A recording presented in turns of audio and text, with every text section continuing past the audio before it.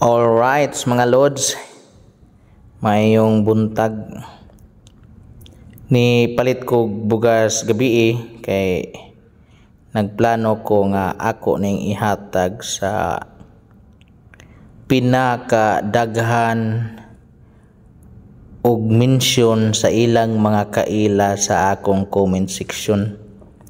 So kung kinsa ang pinakadaghan og comment nga makita nako nya i-mention nila ang ilahang mga kaila, mga friends or whatever, maoy akong tagaan sa 5 ka kilong bugas 5 kilos ni 5 ka kilong bugas 5 kilos maor man day sa usa ka sakong bugas nga 5 kilos.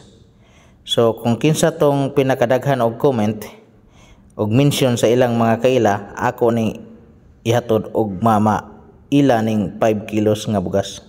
So unsa pa inyong gihuwat mga lods, comment down below, mention sa inyong mga kaila ug kinsa tong pinakadaghan og mention sa ilang mga kaila, maoy makadawat aning 5 ka kilong bugas ganador.